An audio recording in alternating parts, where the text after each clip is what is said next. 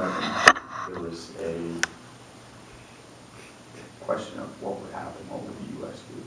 Well, we went and invaded Afghanistan.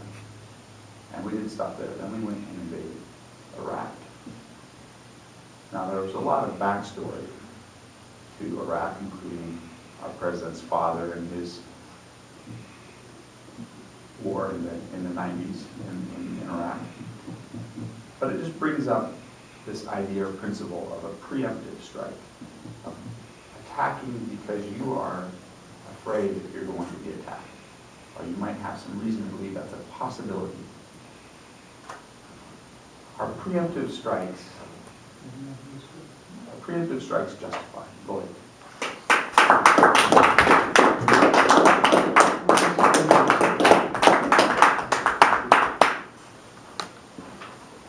It's interesting. Where I used to live, the guy across the street was a former student, and he also spent 2 tours with the Army in Iraq. And he calls those wars the forever war, because from his perspective, there is no way to end them. And we've seen the president decide to just continue on, more or less doing what has been done in the past. You understand that the kids who are starting 10th grade this year were not born when those wars started up. They've been going on forever. And about the only thing we're going to be able to do in the end to get out of them is probably just declare victory and come home, as opposed to trying to win those wars. You have to remember, Afghanistan, the Mughal Empire in India was destroyed when they tried to take over Afghanistan. The Mongols refused to go there because they thought it was too dangerous.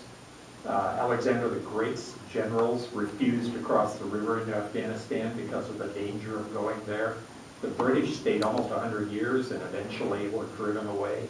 The Russians stayed about 10 or 12 years and were eventually driven away. We're not likely to have any better result.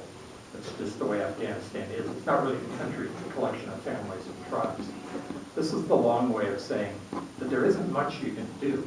Now, there are a lot of people who say, okay, we should have got tough, we should have sent in the bombers and bombed them back to the Stone Age. That's where the Afghans live anyway. They're already there, and people generally don't respond to that kind of thing. Also, the other problem with a preemptive strike is, what if you're wrong? I mean, you're assuming when you're making a preemptive strike that you must have perfect knowledge. You're doing the right thing. Because you're not. What then? Do you unbomb them or something? So, no, I don't believe preemptive strikes are justifiable because they don't work most of the time. And even if they work, they might work badly.